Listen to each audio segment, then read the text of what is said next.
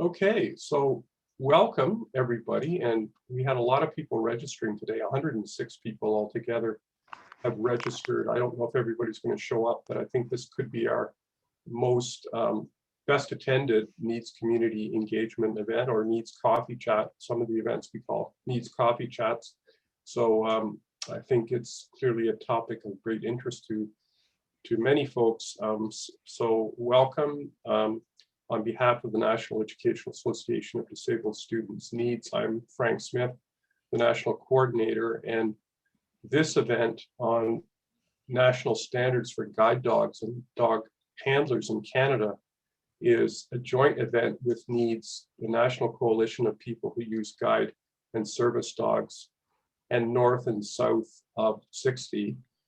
And I'd just like to, before we go into the introductions of the speakers, I'd just like to mention that we have real-time captioning for this event, and the captioner is Catherine. So just if you need to take advantage of that, we have that service available. And Heather Walkus will be, Katja Newman will be introducing speakers. Katja is actually now the NEADS Student Awards Program Manager. Congratulations, Katja, on that new position that you have with our organization.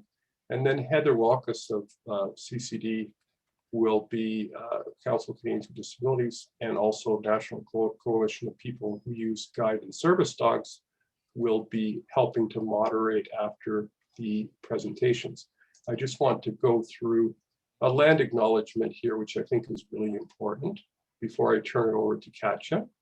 The National Educational Association of Disabled Students NEADS acknowledges the homelands of the Indigenous peoples of this place we now call Canada, and honors the many territorial and region keepers of the treaty and unceded territory lands on which NEADS serves as a national human rights organization of people with disabilities working for an inclusive and accessible Canada.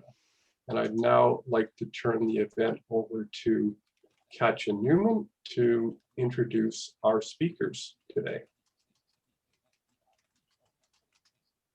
Hi, everybody, and thanks, Frank. So our topic of our session today is, do we need national standards for guide and service dogs? So today I have the pleasure of introducing Michelle Wolfrey and Yvonne Peters, who are both involved with the National Coalition of People Who Use Guide and Service Dogs. And they're here to talk with us about the impact that national standards would have on guide dog users, as well as what their coalition plans on doing to address the issue. So Michelle is a first-year law student at York University, where she focuses on family, human rights, and disability law. She has both work and lived experience with advocacy and community organizing. She serves on many executive boards and is super passionate about increasing access for persons with disabilities, particularly in the arts industry.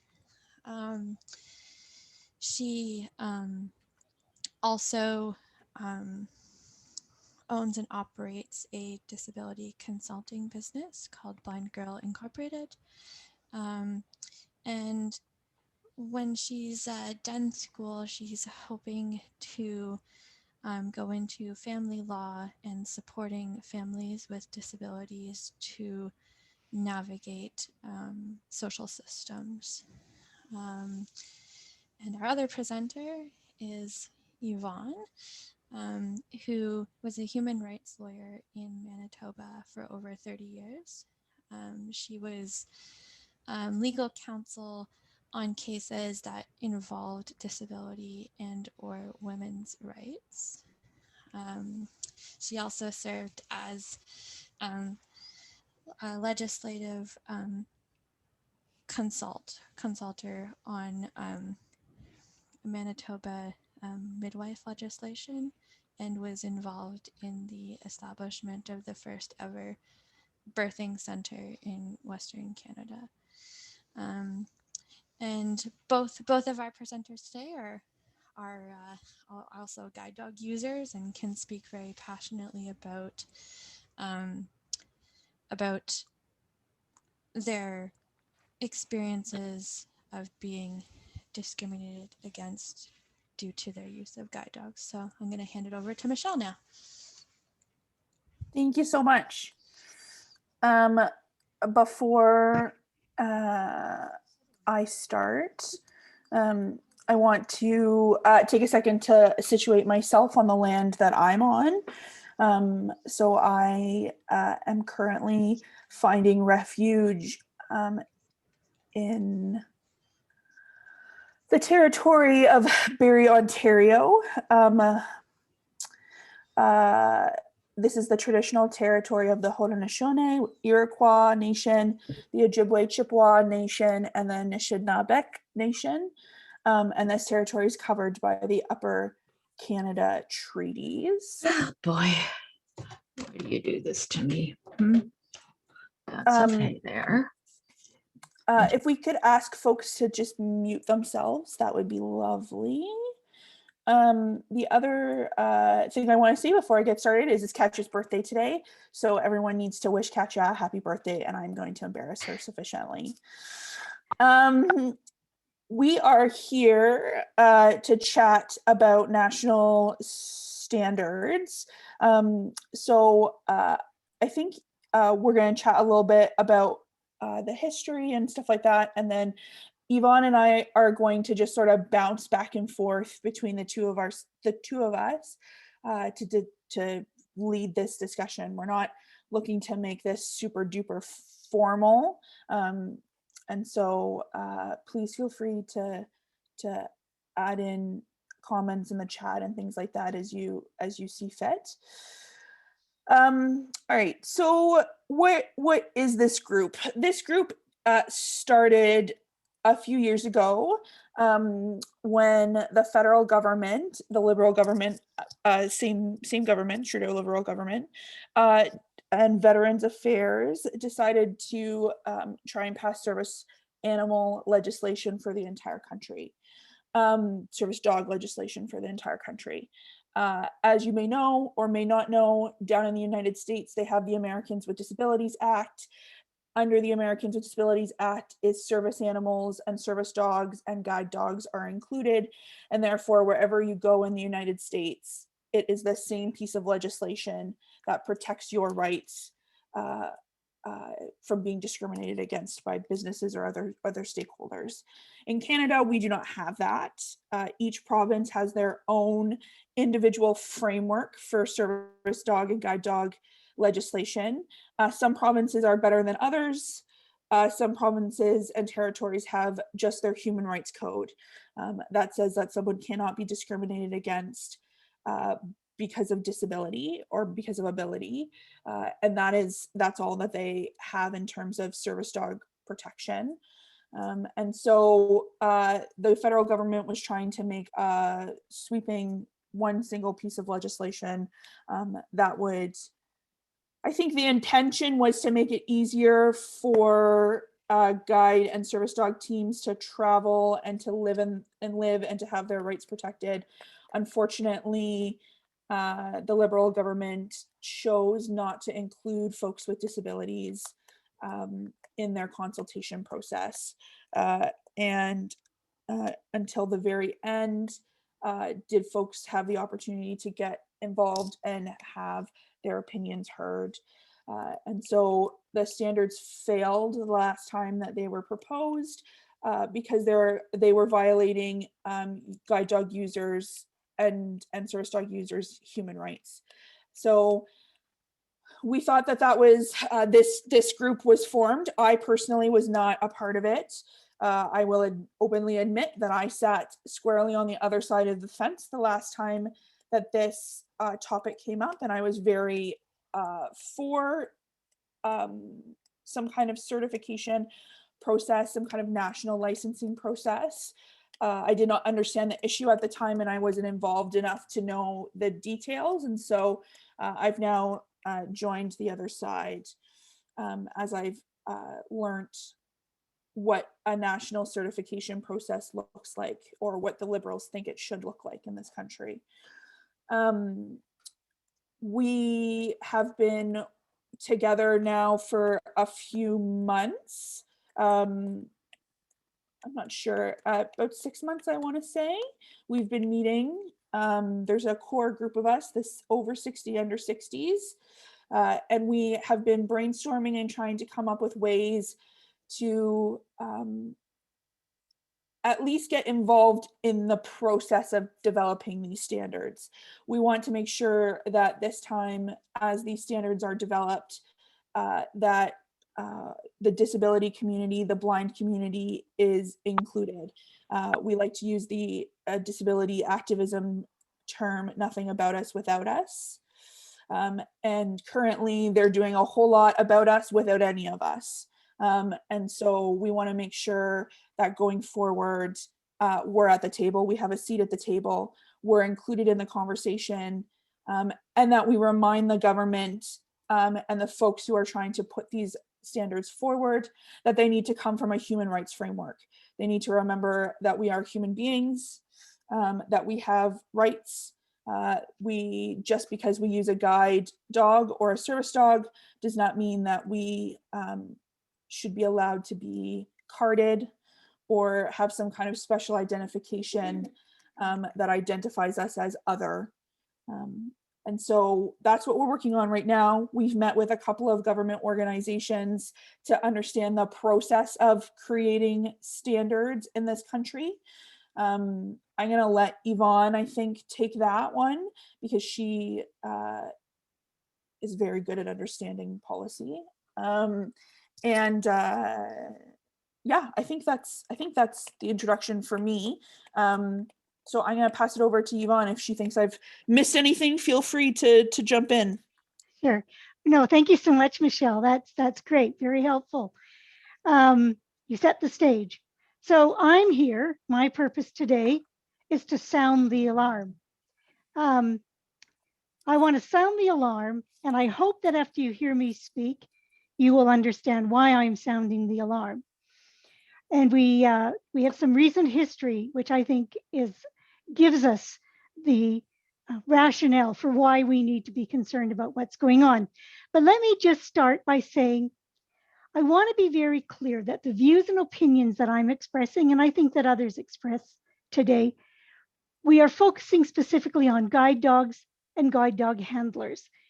I don't want to take a position on the need for standards related to service dogs or service animals. I understand that in this country, there is a lot of problems in terms of accessing training, in terms of the types of training for service dogs that's out there, and that there needs to be some coordination and consistency. So I really respect that. And I hope that that's where this project will put its energies. So what I want to talk about is how this impacts on guide dogs and guide dog handlers.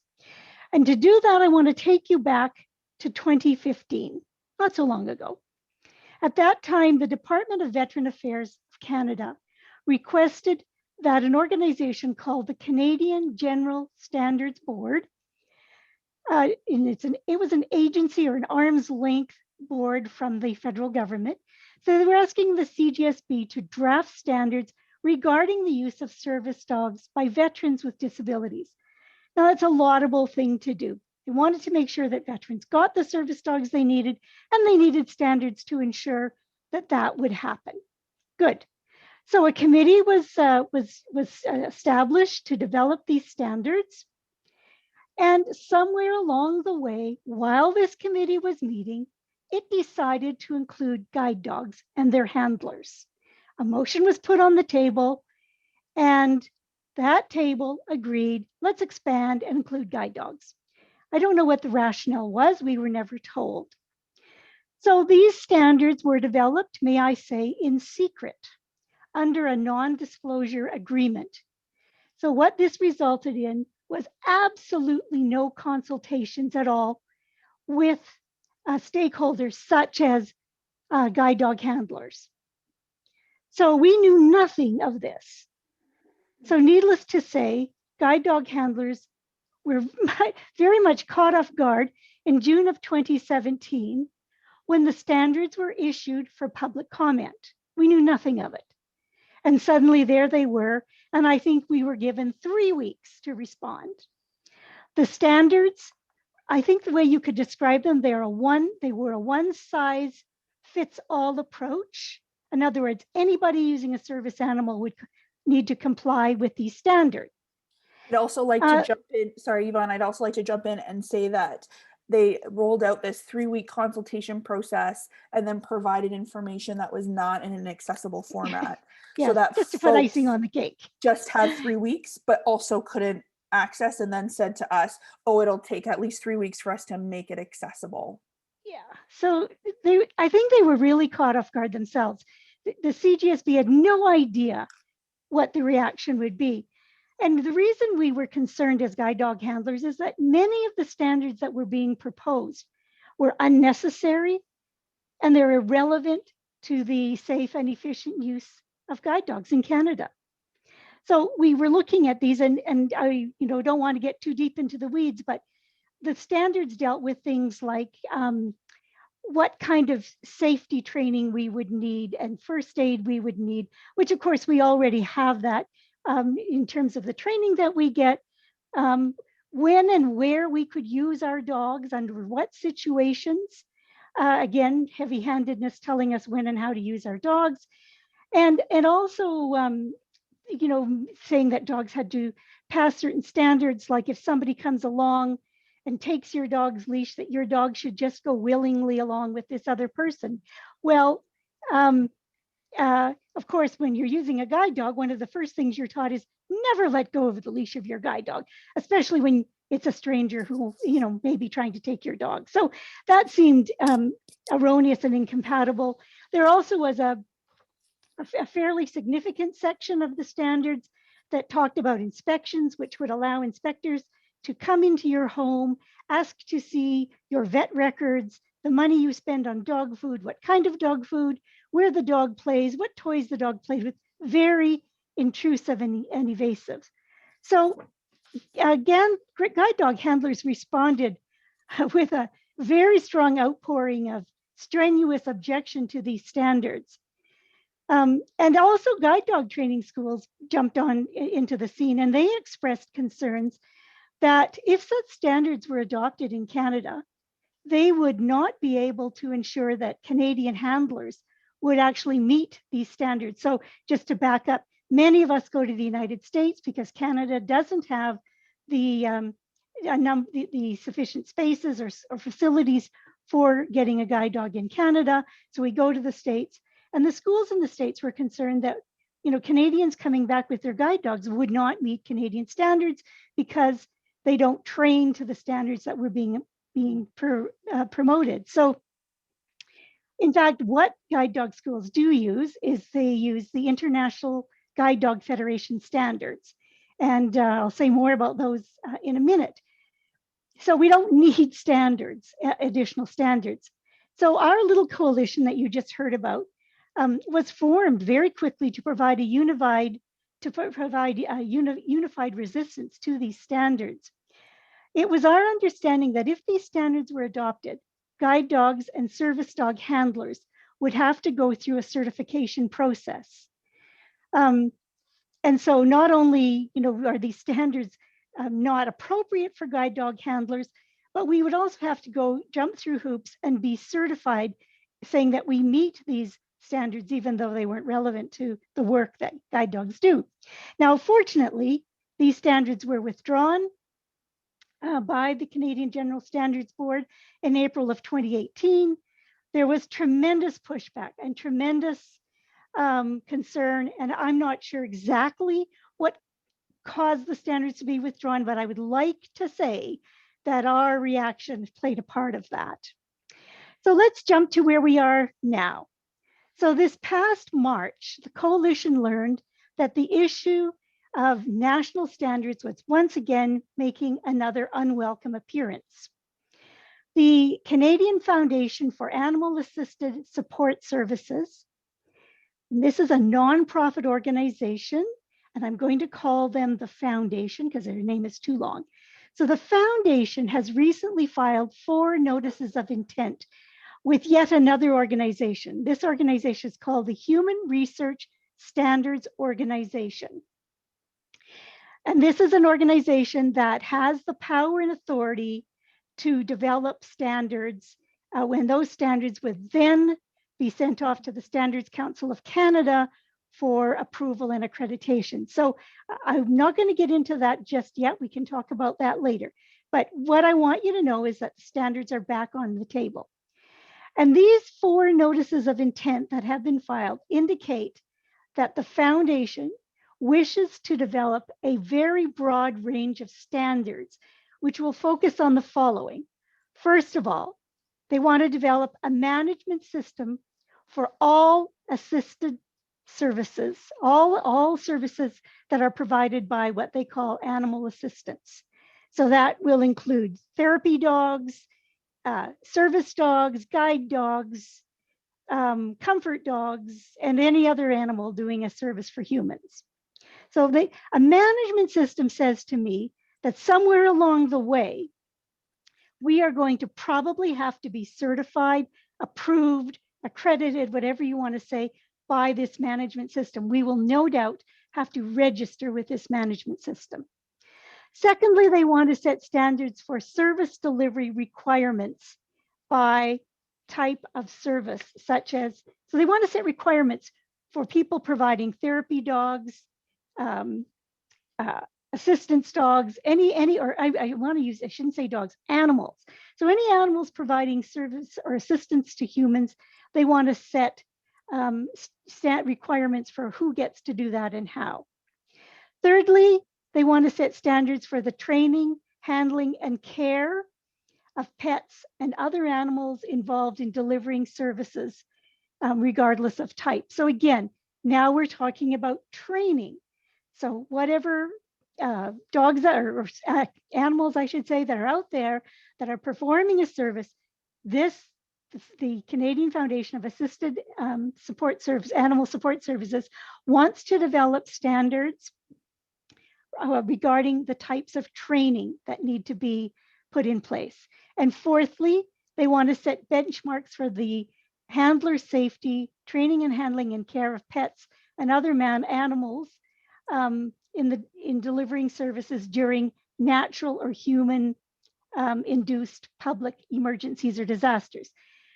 Okay, so we have 4 notices, very broad areas where standards need to be developed. Now, not all of them are bad.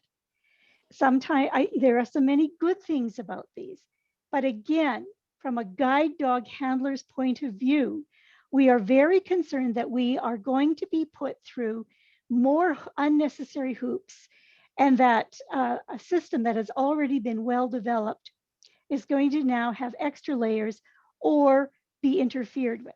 So as you can see, these notices of intent are alarming, and will most likely include guide dogs and their handlers. I don't see any exemption here, but just to be sure, I did write to Joanne Moss, the executive director of the foundation, and I asked her directly if these standards would be contemplating guide dogs and their handlers. And she really didn't give me a direct answer. In fact, she didn't answer me directly at all. What she did say, however, is that she has been advised by a Canadian guide dog trainer, whom she had a conversation with him in 2019, and he thought that such inclusion would be a good idea. So as best as I can tell, she is basing, or her organization is basing, the inclusion of guide dogs and these far sweeping standards on the say-so of one person. And that one person is not a guide dog handler, is not a rights holder. So I mean, again, I just have to emphasize very strongly, this is not acceptable in this day and age to go about identifying and setting up policies or standards without consulting with the stakeholders or those people who are going to be impacted by these kinds of initiatives. So for the coalition, really nothing has changed regarding our position on the need for standards. We vigorously object to the standards and these notices of intent for the following reasons. As I have said before, first of all, at no time have guide dog handlers ever been consulted or asked for feedback on the need for such standards. So we've been left out of the picture. This is hugely disrespectful because let's remember, guide dogs and guide dog handlers have been working as a team for at least 90 years. In fact, we have blazed the trail for the use of service dogs in other capacities. It's building on the success that we have had as guide dog teams that has made it possible for perhaps to look at other ways in which dogs and animals can be of service to people with disabilities. So it is enormously disrespectful that we have not even been asked about our opinion as to whether or not standards are needed. Secondly, we already have well-developed standards for the training and handling of guide dogs. Most guide dog training facilities now follow the rigorous standards established by the International Guide Dog Federation. Now, this is a federation that continuously monitors and updates and establishes standards for the very best possible training practices, behavioral norms, and so on for the training of guide dogs. So this has been around for over 30 years, possibly 40 years. So we have a well-established process for the training of guide dogs. Thirdly, there is no concrete or documented evidence out there that guide dogs or their handlers in Canada are experiencing difficulties or problems necessitating the need for additional standards. Why set standards when there isn't a problem? As far as I can tell, and I've talked and asked around, there is no evidence that we need more standards out there. So if it ain't broke, why are we trying to fix it?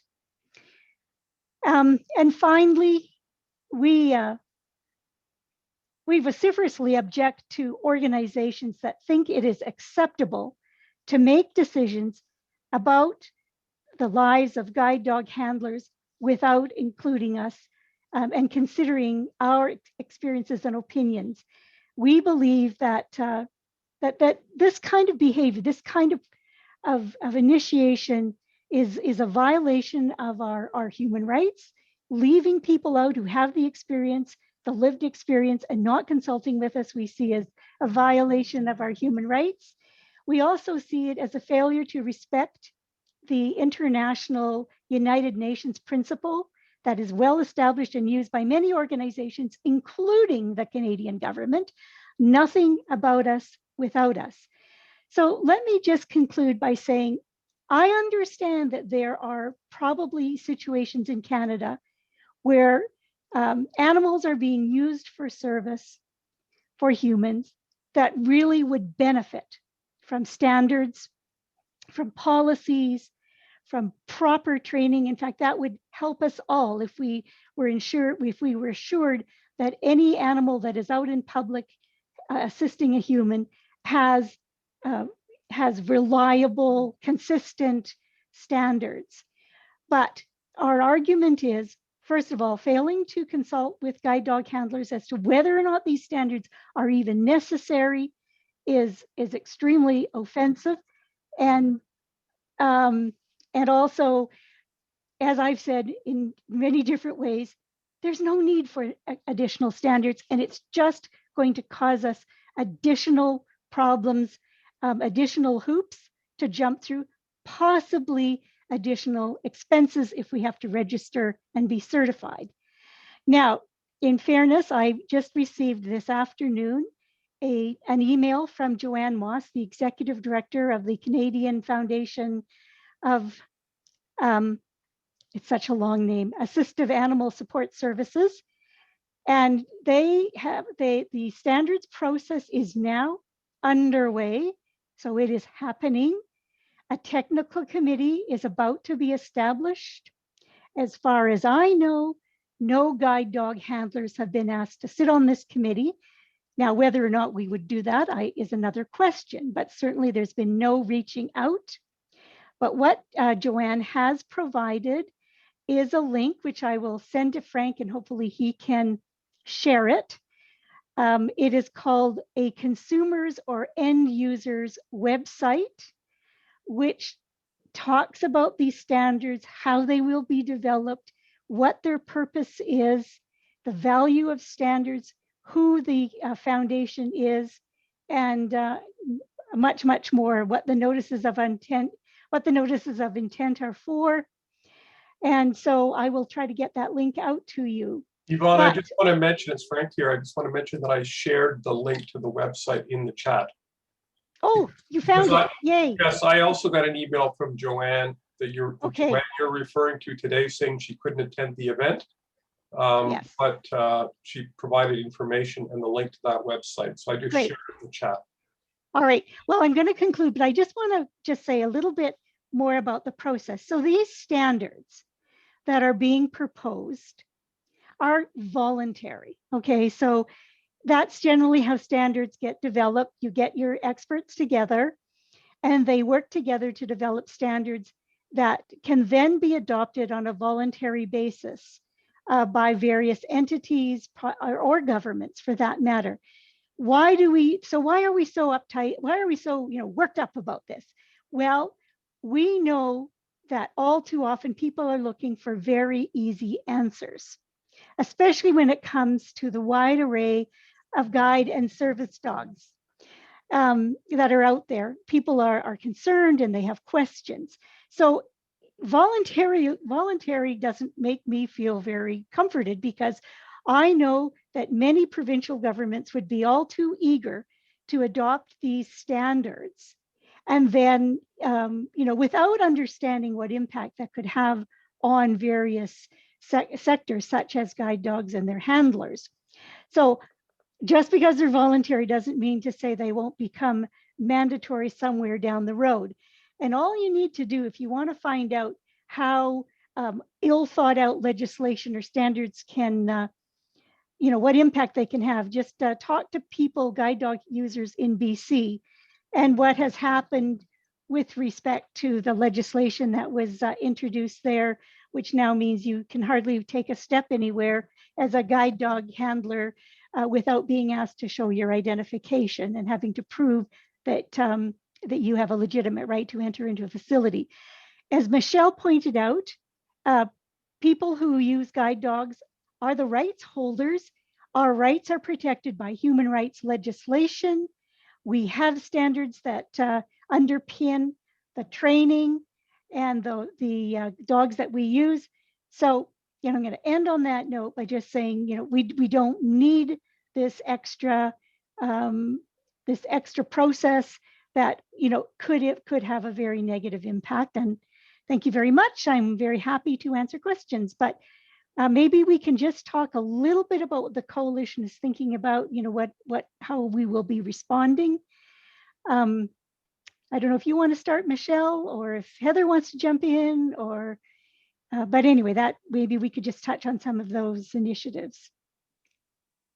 Maybe just before Michelle, you jump in, this is Heather Walkus here. We've done a lot of work in the coalition around monitoring legislation and keeping our ear to the ground about what's going on, not just in Canada, but worldwide. And we've really come up with a good synopsis of how to approach looking at standards and how we are being profiled, stopped, carded, and someone else decides if we have the right to enter public spaces. So how we look at it is under human rights law, a service dog, which includes guide dogs, is a dog that has been trained to do a task or tasks for a person with a disability.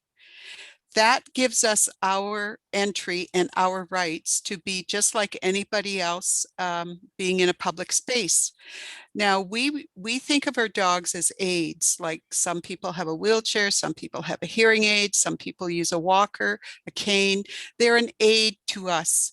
And as a result, we don't need to be registered, certified, or managed.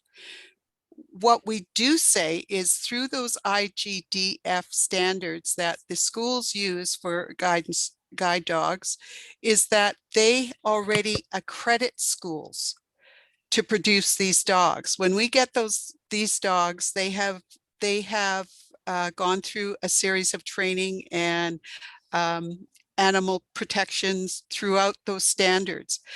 Once we get those dogs, we no longer need to have an additional layer put on us. What is happening is because of some of the sensational things that happen out in the press, whenever someone brought a peacock onto a plane or a squirrel or a snake, it became a big deal. And that idea that people started to use our rights to started to clamp down on us rather than making it easy to do the right thing, which we do, and difficult to do the wrong thing, which many other people do by bringing their fluffies into Costco and they bite people and do all sorts of things. So we came down to the rights part.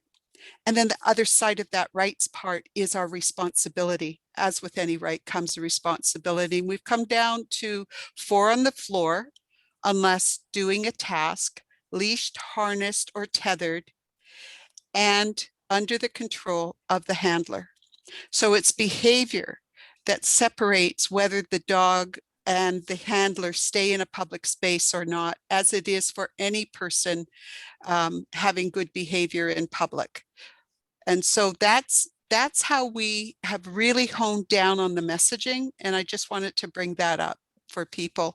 And the last thing I wanted to say is many of us are just sick and tired of people who are deciding for us without us, as Michelle mentioned.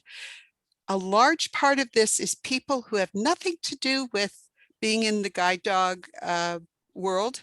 These are people outside of the disability community who are deciding for us about us. And I'm sick and tired of having to always react and spend a great deal of time and energy to react to other people deciding what's best for us. So that's where we're sitting here. Michelle, did you want to continue? Sure. So thank you, Heather and Yvonne. Yvonne always makes things sound so lovely. I hope that one day as a lawyer, I can sum up my arguments as beautifully as she does. So the coalition is a group of guide dog users. I believe that we have some school representatives involved in the listserv, whether they be guide dog users themselves or not, but I believe there is some representation. For example, an individual from the Seeing Eye, which is an American Guide Dog Foundation, joined us for the conversation with CGSB, CGDSB a couple of weeks. It was actually with the Standards Council people. Thank you, Yvonne. Because the Standards Council of Canada ultimately will decide, will give the stamp of approval once the standards have been developed. So I just want to jump in because I'm catching little messages here. So this has nothing to do with the Accessible Canada Act. That is a separate act. And what this is a separate private initiative by the CFAS organization. So that's what's happening is this is being initiated by a private entity. So it's nothing at this point to do with the government, except that ultimately through the Standards Council of Canada, these standards, if they get developed and proposed, will have to be approved by them. So that's how this process is unfolding. And I could see this, I could see them, if this just goes through and is approved, being included into a federal disability legislation act. I'm Sure. not, Yeah. I'm not sure if that's true or not, but that's my, Yep. Currently Okay. under the ACA, this wouldn't fall under it. However, they could stretch some of the 8 sections to include it. And this is part of the problem. It's nothing we want. Someone else is determining for us. And one of the things about the SCC, the Standards Council of Canada, is they don't first, mostly they deal with wires and, labs and a number of those kinds of groups. But when it comes to humans, they do not take yet, which is something I think needs to happen, especially something like this. It should go through the Canadian Human Rights Commission, and there should be a proper assessment before it even starts to look like they could developing standards. Because right now, anyone with $100,000 can walk into one of the groups under the SCC and start developing standards. And I would like to develop a standard that no one be allowed to develop standards for us, but that's just me. I'm wondering, So, go ahead, Yvonne. I'm going to go well, to questions after. Yeah, I really want to go to questions too, because I think there's a lot coming in. We want to make sure people really understand. This is a bit complicated, and I do apologize, but I'm going to make it more complicated maybe, but let me just try to make it as easy to follow as possible. So as I say, this was initiated by the Canadian Foundation of Animal Assistance Support Services, a nonprofit organization that rightly so cares a lot about animals, and they do get a lot of inquiries, especially from people looking for service dogs. So they're not exactly ill will. They have good motivation, good intention, but they overstep their boundaries. So it's coming from them. Then it is going to an organization that has been accredited by the Standards Council of Canada. This organization, it's very similar to CGSB, but it's got a new name. It's called the Human Research Standards Organization. And it's a bunch of people, many of whom are medical, some who have some animal experience. And they're the organization that's going to give yay or nay to these standards. They're overseeing the development. And then, as I say, once the standards are developed and have gone through all the processes it needs to go, which will include public comment, then it goes to the Standards Council of Canada. So what will happen under this Human Research Standards Organization is a number of committees will be struck. So there is a technical committee, and then there'll be subcommittees dealing with all kinds of aspects related to training, safety, benchmarks, and so on. So you might say, well, why are you complaining? Why don't you just get in there, do your consulting, make your views known, and try to, make sure that guide dogs and guide dog handlers are treated respectfully. Our position is we weren't asked. We don't want to be dragged through the door when we weren't even asked to come to be at the door. We want to nip this in the bud, and we're going to do it. First of all, we are going to meet with the Human Research Standards Organization to make our complaints known. If that, what we want ultimately is we want guide dogs and guide dog handlers to be excluded from this initiative, and we want to wish them well in the other work and focus where the work really needs to be done with respect to service dogs and service animals.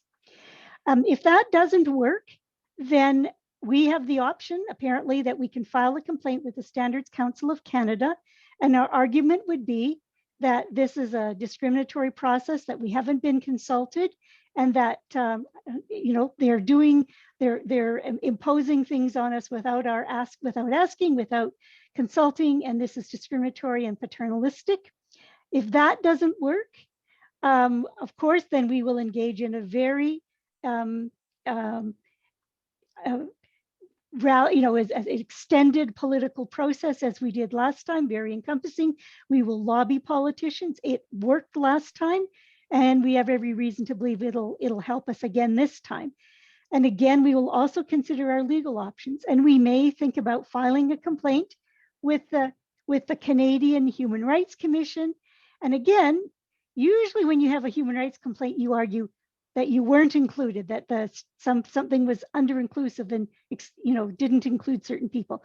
We're going to argue that this is over-inclusive and didn't consult with or respect the rights of guide dog handlers. So those are some of the strategies, and we really hope people will join us. And again, we mean no disrespect to service dog handlers and the need for good training facilities, but this is not needed by guide dog handlers. So maybe we should just open it up for questions and comments. Sure. Thank you, Yvonne, and I will Tammy and then Amanda in a second. I just want to say, when you say we were not consulted, we do not believe we need to be consulted. On top of that, we should be the ones, if we need something to happen for us in the disability community, we should be the ones defining that, not someone else defining it for us. Okay, Tammy Adams, please go ahead, and then Amanda Ellis after that. Sure, thanks. I just want to say thanks for holding this informative meeting for us. I was there in 2017 when we had to go through this the first time, so I understand the process that we have to take. So you answered the first question about what we're going to do, the steps we're going to take. So I just wanted to know if these important links will be emailed out to us in the like after the meetings. It would be a lot easier to access. Yeah, through the chat.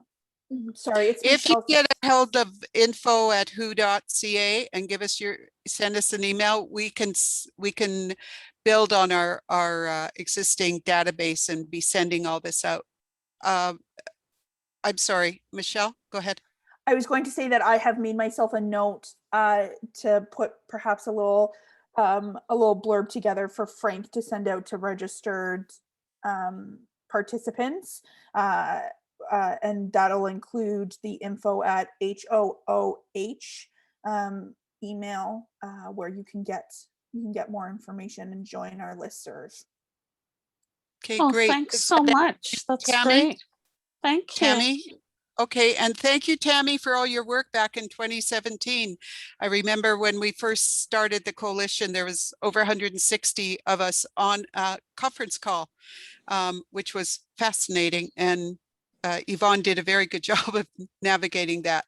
Okay, next, Amanda Ellis, and then Alan Conway, and then Milena on deck.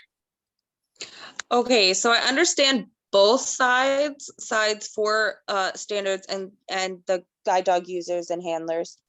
There are the unfortunate problem is, since 2017, I myself had been noticing a lot more fake service animals, which is really frustrating, and that's where I understand the need for everything to be in place, like standards and everything, just to weed out those fake service animals who do not act right in public and who put, the accredited schools in place to create teams to shame, like people who are just like, I understand people self-train their animals, but they still go to a school to be certified.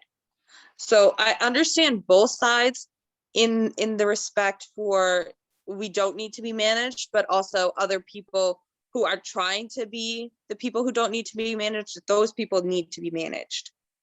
Which it's kind of like a it's a double-edged sword, and it's very frustrating. As I'm one of the people looking for a service dog, but I want to do it the correct way. And a lot of people with fake service animals are putting more difficulties on me. Currently, right now, I am an emotional support animal user. I use a emotional support cat who is registered with my designated city. I reside in Pickering. So my cat is registered. She does have the public access. Unfortunately, she doesn't have the access as like grocery stores and clothing stores. But she has access to other places, which is hit or miss, as I have a lot of issues, but that's not in this conversation. But yeah, I understand the double-edged sword. It's very difficult to get around. So like I'm on both sides, and I understand the need for it, and I understand the need that we don't need it, but it's very frustrating. And fortunately, Amanda, you live in Pickering. Pickering is doing a very large study, and looking at the Pickering Council is doing work on this full area that many of us will be able to get some good research and information from. So yes, there is a double sword there. However, again, behavior. If people are acting out in public, and a card will never give you absolute agreement that there won't be a problem, because No, people I have driver's completely understand licenses. that. Yeah, Yeah, people have animals are driver's animals. Like, licenses. Can Yeah. I just say that there's a Yes. difference? There's a difference. I want people to distinguish between access issues, which I think are huge for many of us. There's 100%. access, and then there's standards for the training. These standards are for training, not access. But you're right. It does mean that if you have better training standards, then you will have better behaving service dogs, but it is not going to get rid of fake dogs. So that's a different issue, and maybe requires some kind of a different solution. So again, I want to be really clear that guide dog handlers do not think themselves above and beyond and different than people who require service dogs. We, at least I do, and I think my colleagues, we really, really support that people who need service dogs need proper training, they need access, they need funding. So we just think focus there, don't focus on areas that do not need standards, and let's I think we need to pull together on this one. So yeah, and I completely understand that. And I know that an emotional support animal can just be your pet. However, I went above and beyond for my service animal, or my emotional support animal. She is fully trained. She knows her manners. She doesn't go to the bathroom inside. She doesn't cause a scene. Like, she's very well behaved. It was easier for me to bring my emotional support animal on a plane than it was to bring my prescription of medical marijuana. That's how Okay, thank you, Amanda. well behaved she is. But yes. Yeah, but please keep in touch and be on our, make sure you sign in to info@who.ca so that we can keep in touch, because I think you have some really important points. Okay, next we have Alan, and then Thank you. Milena, and then Jason. Okay, well, thanks everybody. Here we go again. I just want to emphasize how these groups work and the basic premises they operate under, and why this is such a serious problem for us. The previous organization basically handled this whole business of standards in the same way that they would handle fire retardants or any other kind of industrial product. What they did was keep the whole thing extremely secret, the same way that you would keep trade secrets away from competitors, only to unload the dreaded draft 8 on everybody once this whole thing blew up. I'll certainly be there. I'll help any way I can. And I agree absolutely. The guide dog, the International Guide Dog Federation has set its standards, and the focus needs to be where the work really needs to be done, and it doesn't involve us. Thank you, Alan. Milena,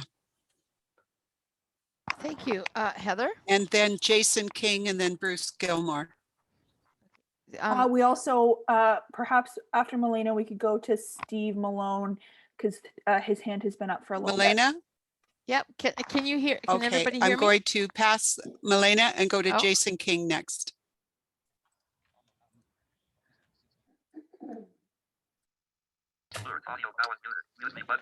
Sorry about Jason. that. I just had to unmute there. Unmute hear me? yourself. So we Can you hear me now? you. Can you hear me now? Hello? Hi, Jason. Yes. Oh, yeah, okay, perfect. Yes, I was trying to get unmuted there. So I I can know hear you're Melinda. talking, but we can't hear you, Jason. Do you have something?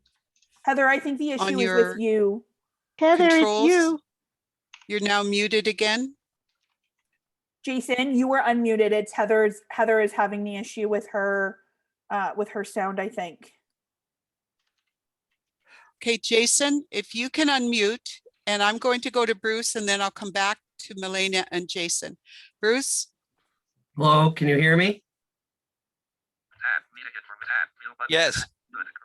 You can hear me. Okay. Yes, yes. Hello, We can hear thank- everybody. Thank you very much. Okay, thank you. Sorry.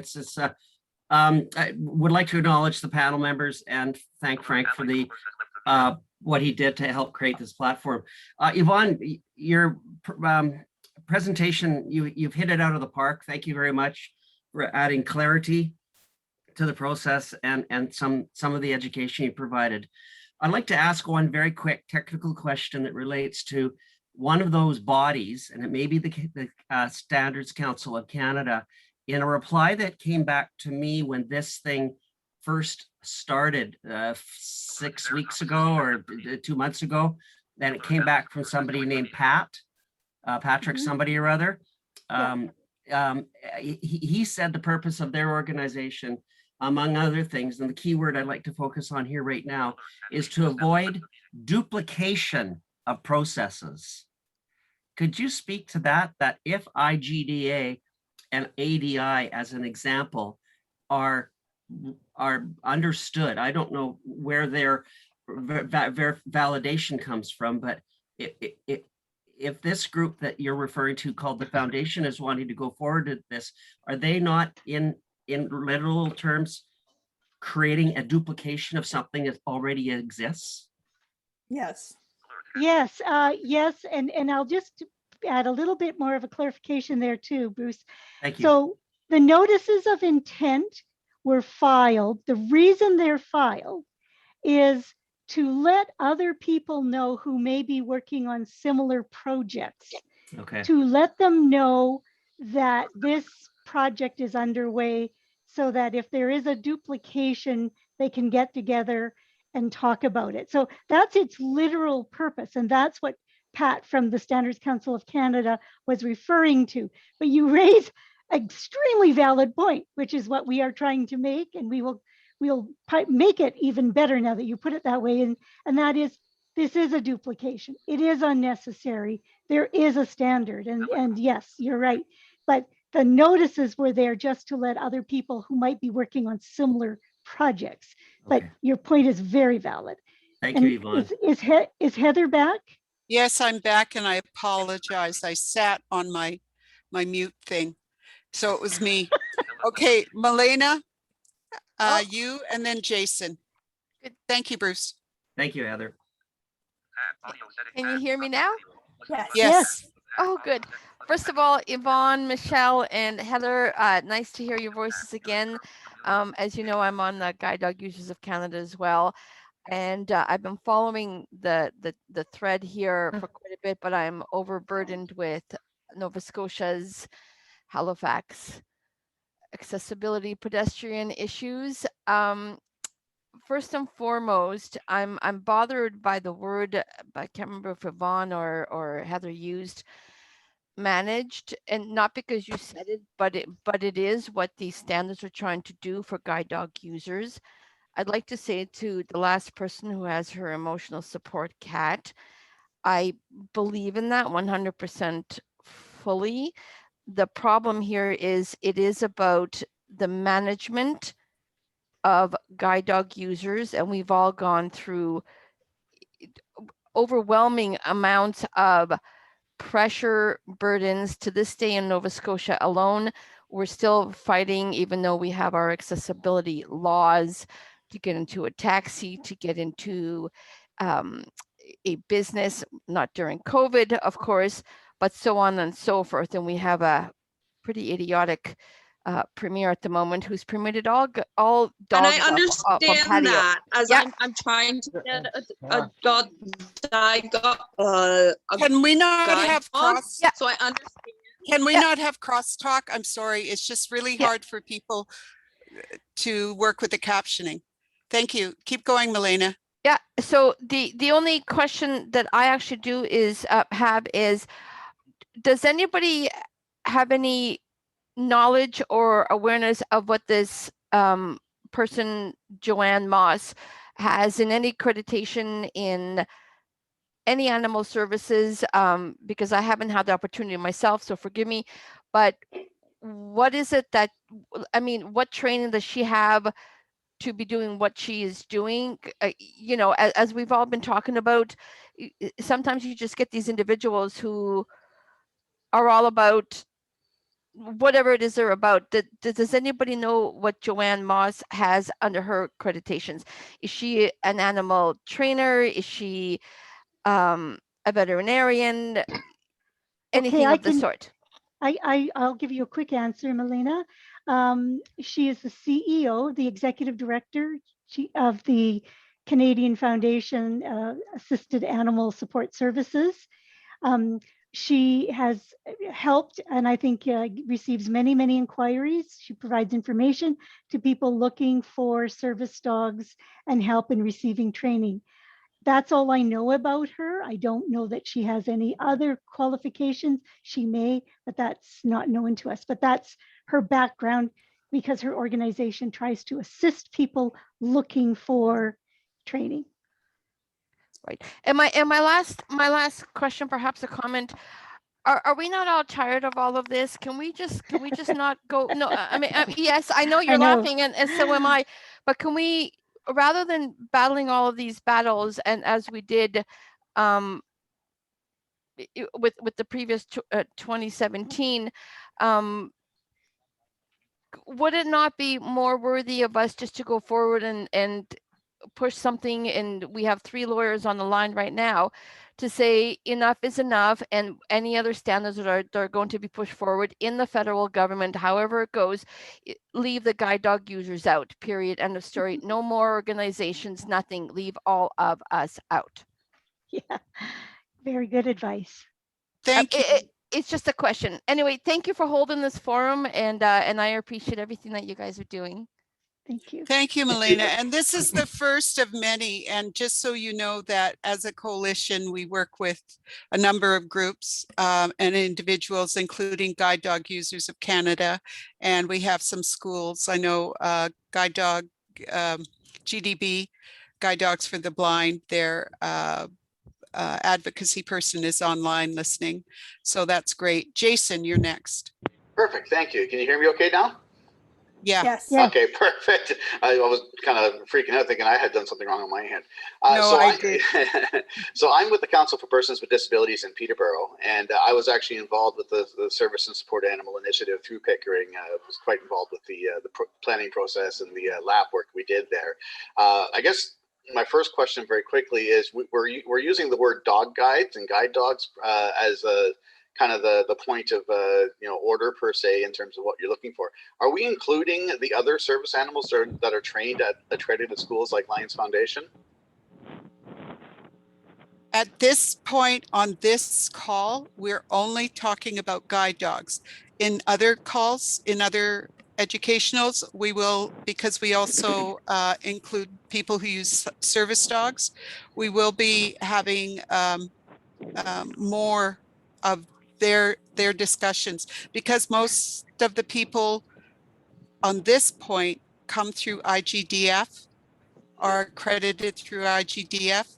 It's a simple line, but service dogs there's a lot more issues that, and we would like them to be presenting them from their points of view. Well, and that's why I was wondering, because I mean, right now our current legislation really does kind of, identifies, guide dogs kind of officially, and has grandparented in the other official service animals like the service and the hearing ear and so on and so forth, the other animals that are formally trained, but they aren't getting the same kind of, rights and responsibilities necessarily as we are as dog guide handlers. And I guess the other point I wouldn't mind making is that, the schools right now are, I'm a long time guide dog user, about 20 years now. And one of the things I always found really, really difficult to understand is how it is that the schools that are already legitimately training service animals like what we handle are having so much difficulty getting the rights to bring puppies in and out of locations for training purposes. So I guess with that said, I mean, the standards, I think there's a place for them in some ways. I agree that, accredited schools should not be included in that. If you have an accredited service animal that has been trained formally and has already passed all of those, rights and, trainings and everything else that's put in, I don't think that there's a need for that. I do, however, feel there is a need for more legislation and better written legislation for service animals. And distinctly, and it's been said multiple times here as well, that there's a distinct need for proper training and handling techniques for people who are using service animals. The other piece of that is I really do believe that there should be some kind of legislation or standard in place on what qualifies as a service animal. Because, if you look at the restaurant industry, for instance, right now, service animals can go into a restaurant, but will that mean that we're going to start allowing parrots and snakes and rats and everything else, the animals that don't fall under those health and safety codes in? So, and the operative word there as being allowed under human rights legislation, and correct me if I'm wrong, Yvonne, is that they must be trained. And in some jurisdictions, they say animals, in others, they say dogs only. Is that true, Yeah. Yvonne? Yes, most definitions of what they call service animal or service dog include the proviso that the animal be trained to perform a task for a person with a disability. Ontario, however, is different. Theirs is much more wide open. So perhaps in Ontario, they do contemplate untrained animals. I don't know. But in other jurisdictions, the operative word is trained. Well, I'm not sure if you're aware of this or not, Yvonne, but right now, in Ontario, if you wanted to have a quote unquote support animal, all you need is a doctor's note. And that's one of the biggest concerns that we brought to the service support animal services thing, was that, I've not yet met a doctor or a practical nurse or whatever else that is qualified to say that a person, for one, needs a service animal, nor do they qualify as someone who said these animals have been trained and are appropriate. So there's actually an issue right there, because a lot of the people who are providing these notes are also people who technically aren't supposed to be able to do that, so there has been a lawsuit against a doctor 2 years ago in Quebec who wrote one of those notes, and the dog ended up harming someone. But at the CTA, the Canadian Transport Agency, we were very successful in ensuring that they do not put in the regulations that will continue with doctor's notes, but that they took the human rights definition that a service dog is a dog that's been trained.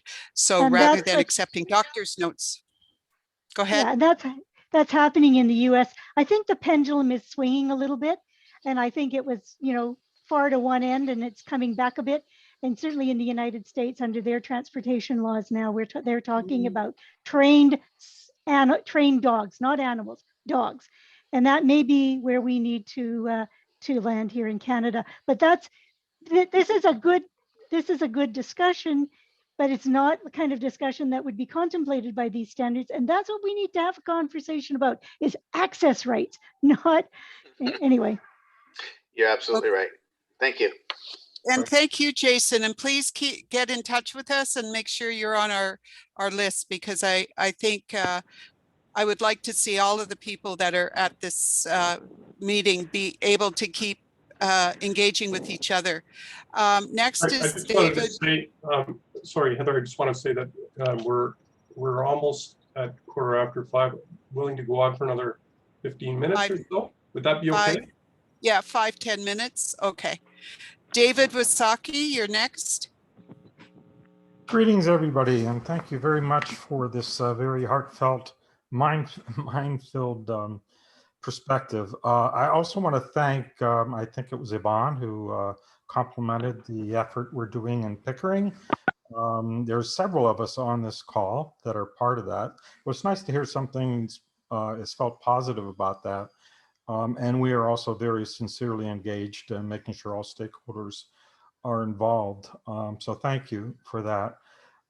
We're based on our project, based on other federal level projects that I've been involved with, we're faced with a dilemma.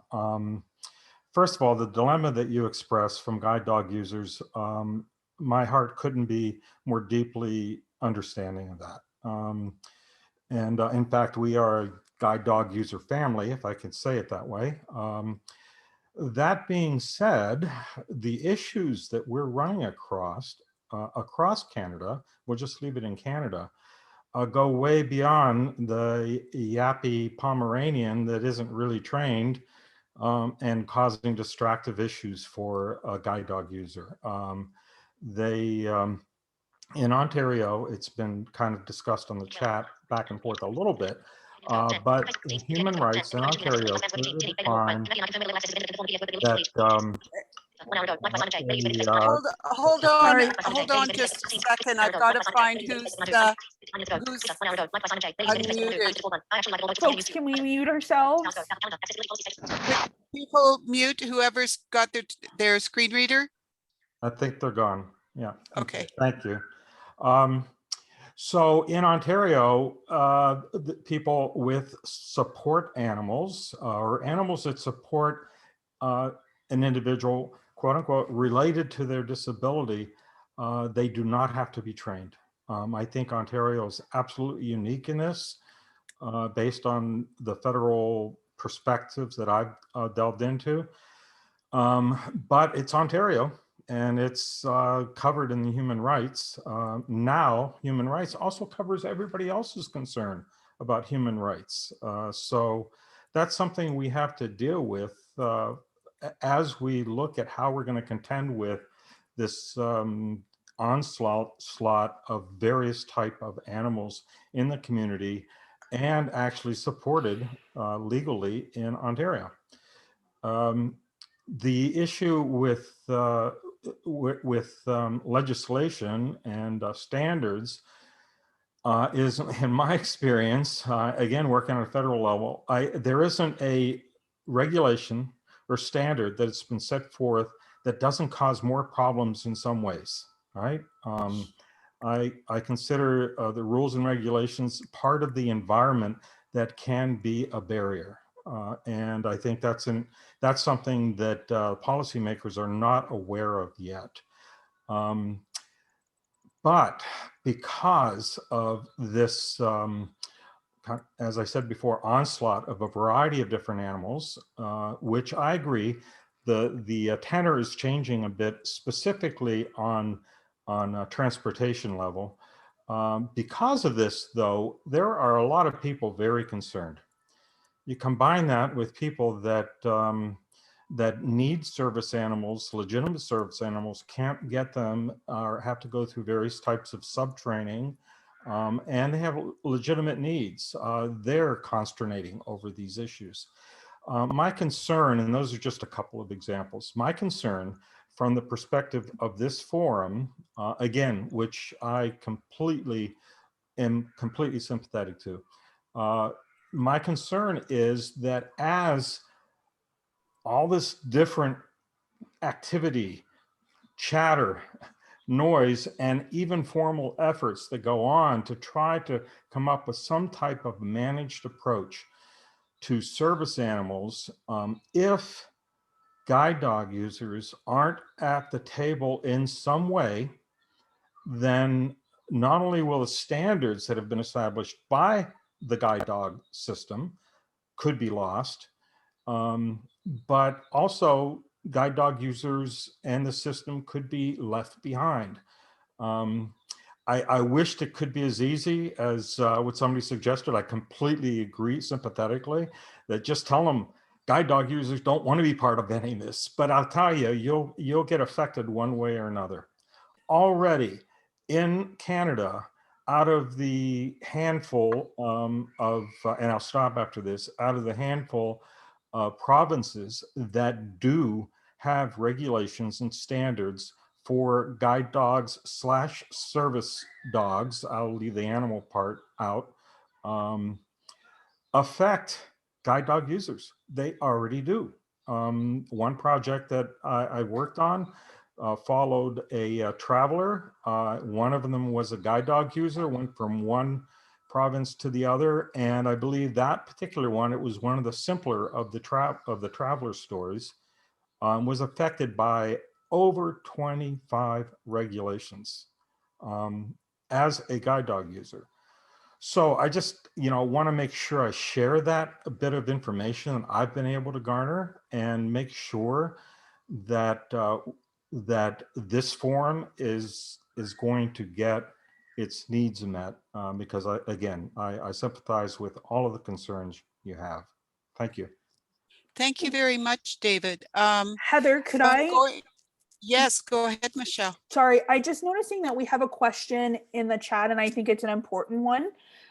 So Heidi has asked to articulate the difference between what we're discussing around standards and around access rights and the difference between the two. And so I think that maybe we overlooked that. And so Yvonne, if you're okay with it, I'll take a stab at answering it, and perhaps you can Sure. add.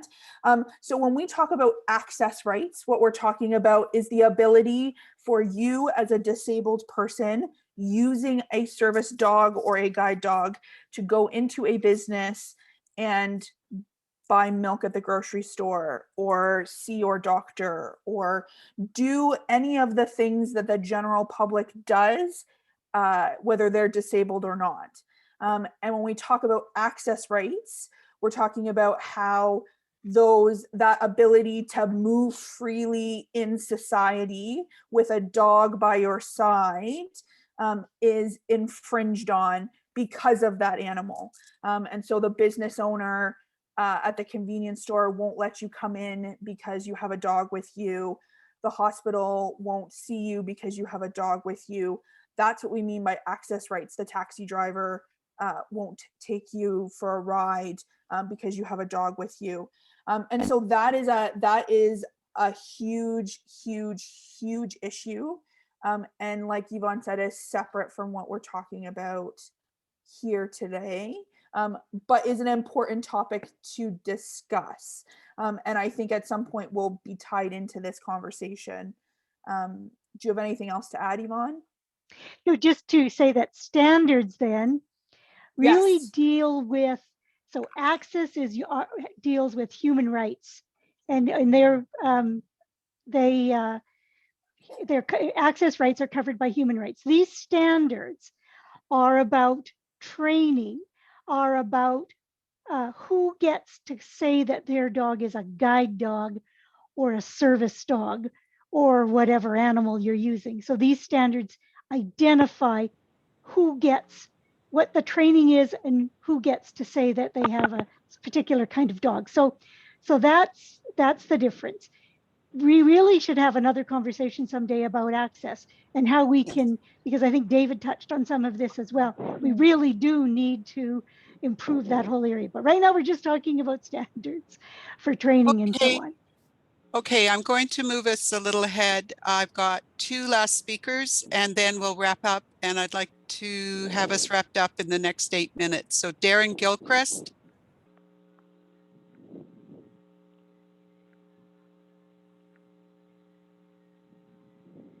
Yeah, hi. I'm just curious. Have anybody thought of taking that international standard and making it a standard in the Canadian process? So that supersedes anybody else to come along and try to override it. Thank you for your question, Yvonne. Do you want to? The international standards. I guess what you're meaning is the International Guide Dog Federation standards. I mean, sure, but they deal with guide dogs.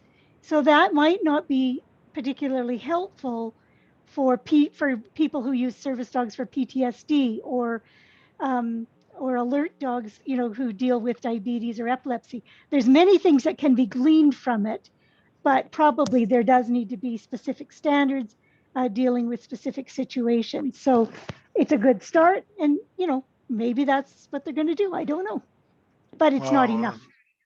Darren here again.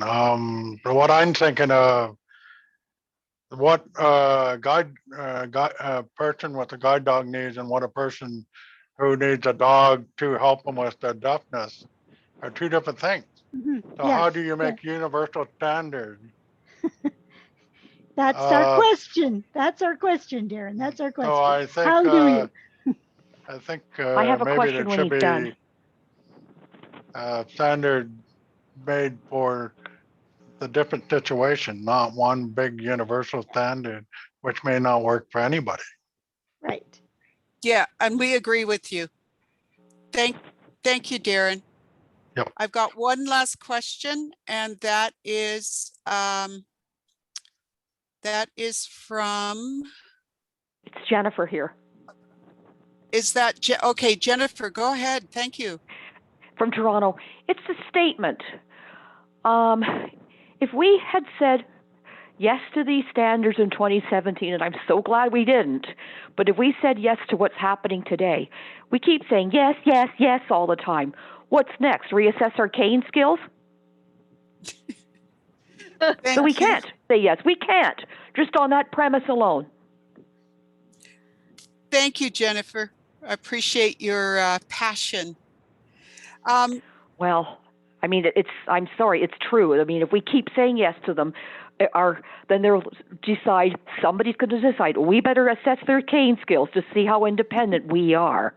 Well, we this. And I hope we can start writing letters very soon. Okay. Yes. Great. Yvonne and Michelle, would you like to wrap up in the next 3 minutes? Sure. I'll just go ahead, Michelle. You speak so eloquently, Yvonne, so you can have the final word. I just really want to thank everybody for your for participating, your thoughtful questions. And this is exactly the kind of dialogue we need. There are various opinions and we really benefit from them. So thank you very much. And I hope we can do this again. Thank you to NEADS. Thank you to Frank. And I think I would like to say from my perspective, and this is me speaking, that this our stance on this and the work that this coalition is trying to do, we are not trying to pin guide dog users against service dog users. We're not trying to create any kind of a hierarchy of disability, because I've seen a little bit of that conversation in the chat, and I want to make sure we're here to talk about standards for guide dog users, and then we're here to talk about hopefully at some point talk about the very real access issues that all service animal users are facing. Thank you, Michelle. And this will be the first step to a whole series that I'm sure will be coming.